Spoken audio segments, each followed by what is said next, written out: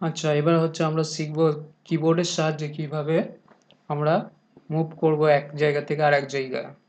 সর্বপ্রথম যেটা হচ্ছে দেয়ার আর 3 steps move around the worksheet. আমরা হচ্ছে 3টে উপায় হচ্ছে সারা আমাদের ওয়ার্কশিটের মধ্যে কি করতে পারবো, মুভ করতে পারবো। ফার্স্ট হচ্ছে মাউস, কিবোর্ড এবং হচ্ছে name box on the formula বার। এই 3টে অপশানের মাধ্যম দিয়ে আমরা ইউজ করতে পারবো। তো how to move to a cell using keyboard, কিবোর্ডের সাহায্যে আমরা কিভাবে সে করবো, এক জায়গা থেকে আরেক জায়গায় যাবো সেটা আমরা দেখব। ফার্স্ট হচ্ছে রাইট অ্যারো। রাইট অ্যারো যদি কেউ প্রেস করে তাহলে কি হবে, যার কারেন্ট পজিশন যেখানে থাকবে সেখান থেকে ডান দিকে এক ঘর চলে যাবে। তারপর যদি লেফট অ্যারো কি ইউজ করে তাহলে কি হবে, তাহলে হচ্ছে অন সেল লেফটে চলে আসবে। তারপর যদি ডাউন অ্যারো কি প্রেস করে তাহলে কি হবে, সে এক ঘর নিচে চলে যাবে। আচ্ছা, এগুলো সবাই খাতায় নোট করবে। আপ অ্যারো কি করলে কি হবে, অন সেল ওপরে যাবে। কন্ট্রোল প্লাস রাইট অ্যারো যদি কেউ ইউজ করে last cell to the right current region, মানে সেই ইয়েতে তোমার হচ্ছে কি হবে, সেই দেখা গেল সিটে লাস্ট হচ্ছে একদম সিটে চলে যাবে সেলে। ঠিক আছে। কন্ট্রোল লেফট অ্যারো কি করবে, সেই ফার্স্ট দেখা গেল first cell to the left current region, মানে সেই দেখা গেল রোয়ের, সেই রোয়ের কোথায় চলে আসবে, একদম ফার্স্টে তোমার চলে আসবে ফার্স্ট রোয়ে। ঠিক আছে। তারপরে হচ্ছে কন্ট্রোল ডাউন অ্যারো, কেউ যদি কন্ট্রোল ডাউন অ্যারো দেয় তাহলে কি হবে, last cell of the bottom current region, সেই মানে হচ্ছে সেলের লাস্ট যে বটম ইয়ে আছে মানে হচ্ছে সেল, সেই ঘরে চলে যাবে। আচ্ছা, কন্ট্রোল প্লাস আপ অ্যারো, এটা হবে ফার্স্ট একদম top of the current region, মানে যে সেলে তোমার কারেন্ট পজিশন থাকবে সেই সেলের একদম প্রথমে উপরে চলে আসবে। তারপর আসবে how to move a cell using keyboard. Home key যদি ইউজ করা হয় একদম কোথায় চলে আসবে, first cell in the row, সেই সিটের ফার্স্ট রোয়ে চলে আসবে। তারপর কন্ট্রোল হোম দিলে কি হবে, first cell in the worksheet, সেই ওয়ার্কশিটের একদম ফার্স্টে চলে আসবে। আচ্ছা, তারপরে যদি কন্ট্রোল এন্ড দিই কি হবে, বলছে last cell in the worksheet which contain data, মানে যে ডেটা দেখা গেল সেলের মধ্যে এক্সেলের মধ্যে যেখানে ডেটা ধারণ করবে সেই ডেটা লাস্টে চলে যাবে হচ্ছে কন্ট্রোল এন্ড দিলে। পেজ আপ করলে কি হবে, অন স্ক্রিন আপ, মানে উপরে ওঠার জন্য পেজকে ওঠানো নামানোর জন্য হচ্ছে ব্যবহার করা হয় পেজ আপ। পেজ ডাউন হচ্ছে নিচে নামানোর জন্য। আচ্ছা, তারপর হচ্ছে অল্ট পেজ আপ করলে কি হবে, অন স্ক্রিন লেফট, মানে বাঁ দিকে সরানোর জন্য। অল পেজ ডাউন করলে কি হবে, অন স্ক্রিন রাইটে ডান দিকে সরানোর জন্য। কন্ট্রোল পেজ আপ করলে কি হবে, কন্ট্রোল ধরে পেজ আপ করলে মুভ হবে প্রিভিয়াস সিটে। ঠিক আছে, দেখা গেল সিট 2-এ আছো, সিট 1-এ যেতে চাইছো, তখন কন্ট্রোল পেজ আপ করলে সঙ্গে সঙ্গে চলে যাবে। কন্ট্রোল পেজ ডাউন করলে কি হবে, মুভ টু নেক্সট সিট, তারপরে সিটে চলে যাবে। দেখা গেল 1 সিটে আছে, সিট 2-এ যেতে চাইছো, কন্ট্রোল পেজ ডাউন করবে। ওকে, আমরা এইভাবে শিখলাম এটা।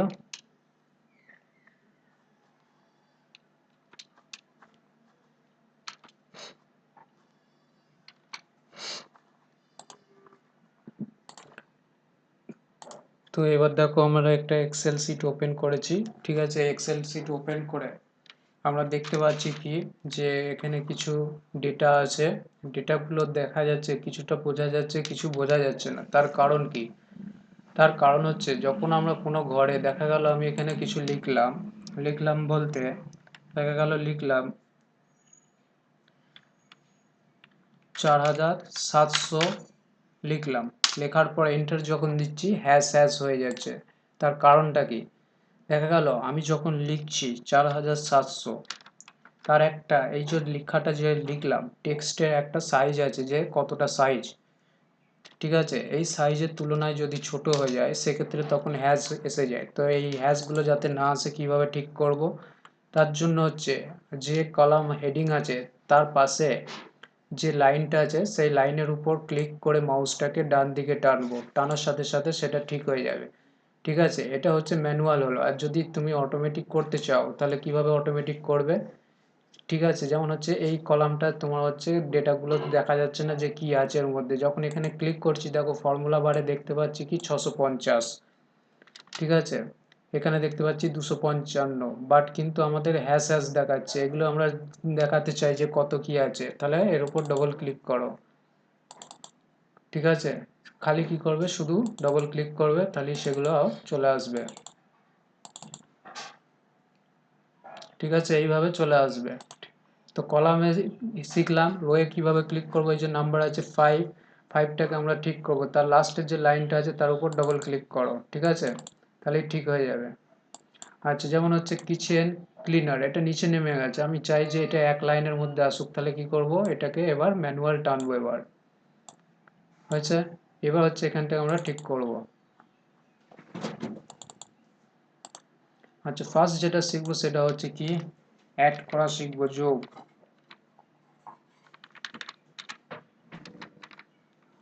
অ্যাড কিভাবে করব, আমরা যেমন এতে শিখেছিলাম, কিসে, ওয়ার্ডে শিখেছিলাম যে লেআউট থেকে গিয়ে আমরা কি শিখেছিলাম, ফর্মুলা লেফট। এখানে গিয়ে শিখবো তা নয়, এখানে কি করব, ফার্স্ট হচ্ছে সমান দেবো। ঠিক আছে, সমান দেওয়ার পর আমাকে কোন, দেখা গেল কার সাথে ইয়ে করতে হবে, ক্যালকুলেশন করতে হবে। তো কি নিতে হবে, সেল রেফারেন্স। সেল রেফারেন্স কিভাবে শিখেছিলাম, যেমন বলেছিলাম এ একটা কলাম এবং তার একটা রো নাম্বার নিয়ে সেল রেফারেন্স তৈরি হয়, তো এখানেও সেল রেফারেন্স দিতে হবে। আমি যদি এখানে বলে দিই 650 প্লাস 540 প্লাস 295 দিয়ে এন্টার দিলাম, চলে এলো অ্যান্সার। বাট নেক্সট টাইম যখন আমি এখানে পরিবর্তন করব, দেখা গেল আমি এটা 750 করলাম, ঠিক আছে, 1485 যেটা এসছে তার কোনো পরিবর্তন হবে না, কারণ আমরা এখানে কোনো সেল রেফারেন্স ইউজ করিনি। এখানে ইউজ করেছি যেটা, সেটা হচ্ছে নাম্বার, নাম্বার ক্যালকুলেশন করেছি। তো আমরা যদি সেল রেফারেন্স করে যদি ক্যালকুলেশন করি, সেক্ষেত্রে আমাদের সেলের মধ্যে যা পরিবর্তন হবে সেটা আমরা এখানে দেখতে পাবো। তো সমান দেবো ফার্স্ট, দেওয়ার পর এবার হচ্ছে প্রশ্ন হচ্ছে আমি কিভাবে সিলেকশন করব 750কে। দু রকম ভাবে সিলেকশন করতে পারি, এক হচ্ছে মাউস, দুই হচ্ছে কিবোর্ড। যদি মাউস দিয়ে ক্লিক করিয়ে মাউস দিয়ে করতে চাই, তাহলে ডাইরেক্টলি ক্লিক করব সেই সেলের উপর। যখনই সেই সেলের উপর ক্লিক করব, সঙ্গে সঙ্গে আমরা তার সেল নাম্বার ফর্মুলাতে দেখতে পাবো। ঠিক আছে, ক্লিক করার পর প্লাস দিলাম, প্লাস দেওয়ার পর তার পরের ঘরটায় গেলাম, সে D3 সেল রেফারেন্স, তারপরে হচ্ছে সেল রেফারেন্স হচ্ছে E3, তারপরে F3, তারপরে G3। সেল রেফারেন্স তৈরি হওয়ার পর এবার আমাকে কি করতে হবে, অ্যান্সার কি আসছে আউটপুট দেখার জন্য এন্টার কি ইউজ করতে হবে। এন্টার কি যখন ইউজ করব তখনই আমাদের অ্যান্সার চলে আসবে। এবার দেখা গেল আমাদের এই সেলের মধ্যে আমি 685 করে দিলাম, তাহলে এখন অ্যান্সার আছে কত, এখন অ্যান্সার আছে 2675। এন্টার কি ইউজ করলাম, দেখো চেঞ্জ হয়ে কত হলো, 2575 এসে গেল। এবার একটা জিনিস কি, এক্সেল বলা হয়েছে কি অটো ক্যালকুলেট, অর্থাৎ এক্সেলে আমাদের এখানে কি করতে হয়, অটোমেটিক্যালি ক্যালকুলেশন করতে হয়, অর্থাৎ রিক্যালকুলেশন করার প্রয়োজন নেই। মানে নেক্সট সেলে এসে আবার আমি এখানে 255 প্লাস 280 প্লাস 180 প্লাস 375, এই টোটাল সেল রেফারেন্সগুলোকে আমার নেবার প্রয়োজন নেই। মানে কি, আমাকে কি করতে হবে, একবার ক্যালকুলেশন করার পর সেই ঘরটায় আসতে হবে। যখনই সেই ঘরটায় আসবো, তাহলে একটা রেক্ট্যাঙ্গেল বক্স দেখতে পাচ্ছি, বক্সের ডান দিকে ছোট্ট মতো একটা পয়েন্ট দেখতে পাচ্ছি, এই পয়েন্টারটার নাম হচ্ছে ফিল হ্যান্ডেল। ফিল হ্যান্ডেলের কাজ কি, ফিল হ্যান্ডেলের কাজ হচ্ছে যে এই ঘরটায় যে কাজটা ইউজ করা হয়েছে, ব্যবহার করা হয়েছে, সেটাকে ও কপি করে। যখনই আমি নেক্সট টানলাম, তাহলে কপি করলো, দেখো কপি করে চলে এলো। কিন্তু একটা জিনিস কি, সেলস রেফারেন্স যেটা থাকবে এটার ক্ষেত্রে কিন্তু আলাদা। সেল রেফারেন্স এর হচ্ছে C3 D3, এর ক্ষেত্রে হবে C4 D4। ঠিক আছে, এবার কিভাবে কাজ হয়েছে তা দেখার জন্য আমাকে F2 প্রেস করো, দেখো দেখিয়ে দিচ্ছে টোটালটা। ঠিক আছে, আচ্ছা, দেখো এটা হচ্ছে ফার্স্ট C4, তারপর হচ্ছে D4, তারপরে E4, তারপরে F4, এইভাবে আমরা শিখলাম। দিয়ে এটা পুরোটা আমরা টেনে দিলাম, টানার পর তাহলে কি হয়ে গেল, টোটালটা বার হয়ে গেল। এবার আসবো যেটা হচ্ছে আমাদের অ্যাড হলো, অ্যাড হওয়ার পর হচ্ছে এবার আমাদের করতে হবে মাল্টিপ্লাই। মাল্টিপ্লাই মানে কি করব, গুণ করব। মাল্টিপ্লাইয়ের সিম্বল কি ইউজ করা হয়, তো মাল্টিপ্লাইয়ের সিম্বল যেটা ইউজ করা হয় সেটা হচ্ছে স্টার চিহ্ন। তো ফার্স্ট হচ্ছে আমরা ইকুয়াল সাইন দিতে হবে, আবার সেল রেফারেন্স নিলাম, মাল্টিপ্লাই স্টার চিহ্ন নিলাম, তারপর এখান থেকে হচ্ছে কোয়ান্টিটি নিলাম, দিয়ে এন্টার কি ইউজ করলাম, কোয়ান্টিটি নিলাম, এন্টার কি ইউজ করলাম, দেওয়ার পর আবার এখানে আসবো, ঠিক ছোট্ট পয়েন্টার যেটা একটা রেক্ট্যাঙ্গেল ছোট্ট মতো বক্স দেখতে পাচ্ছি স্কোয়ার আকারে, সেটার উপর ক্লিক যখনই মাউসটা নিয়ে আসবো, দেখো মাউসের পয়েন্টারটা চেঞ্জ হচ্ছে, শুধু সিঙ্গেল একটা প্লাস সাইন একে হচ্ছে, দিয়ে এটাকে ধরে নিচে পর্যন্ত টেনে দেবো। টানার পর এদিকটাও আমরা এখান থেকে টোটাল বার করবো, এবার যোগ করব, calculation plus plus plus plus দিয়ে এন্টার ইউজ করার পর এখানে যখন আমরা কিছু পরিবর্তন করব, যেমন হচ্ছে এটা হচ্ছে হকিংস হচ্ছে রেট কত 255, আমি এটা করলাম 475 টাকা। তো যখনই আমি এখানে চেঞ্জ করব পুরো এটা ক্যালকুলেশনের মধ্যে একটা ইফেক্ট পড়বে, ঠিক আছে। তো এখন টোটাল হচ্ছে কত 22,020, এন্টার কি ইউজ করলাম, দেখো এলো কত 24,660।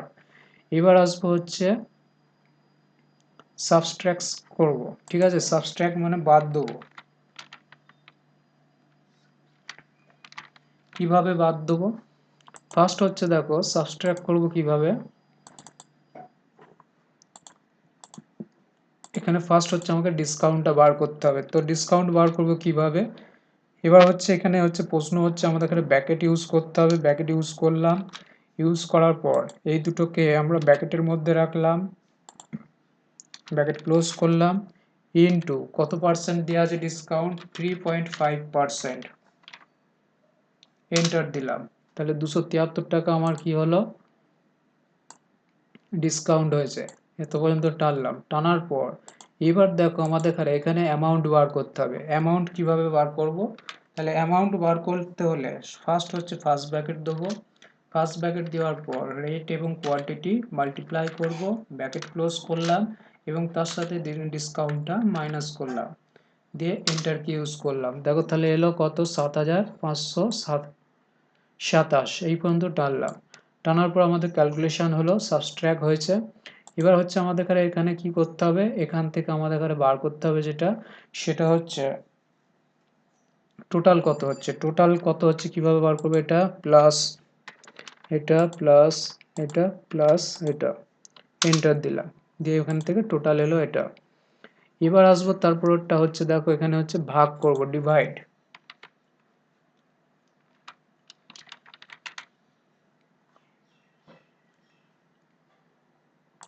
ডিভাইড কিভাবে করব, ডিভাইড করতে হলে সর্বপ্রথম হচ্ছে যেমন হচ্ছে এখানে দেখো লেখা আছে যে 650 টাকা করে রেট, টোটাল হচ্ছে 7,800, তাহলে আমি কটা মাল কিনেছি কিভাবে বার করব, ফার্স্ট হচ্ছে সমান দেবো, 7,800কে নিলাম, ডিভাইডেড করলাম, হচ্ছে স্ল্যাশ চিহ্ন হচ্ছে সামনের দিকে যে স্ল্যাশ চিহ্ন এটাকে বলা হচ্ছে ডিভাইডেড, নেওয়ার পর আমরা রেটটাকে নিলাম, দিয়ে এন্টার দিলাম, তাহলে দেখো 12টা, এটা পুরোটা আমরা টেনে দিলাম, তাহলে বার হয়ে গেল।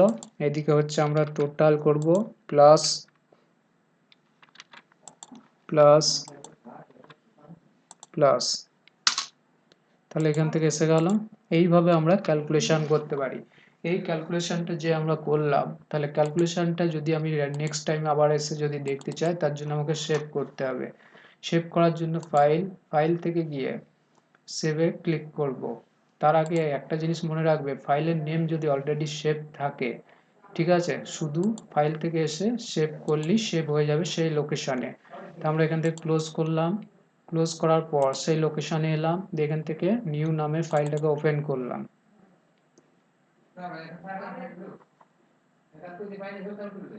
তো আমরা ফাইলটাকে আবার দেখতে পাচ্ছি, এইভাবে আমরা কাজ করতে পারি।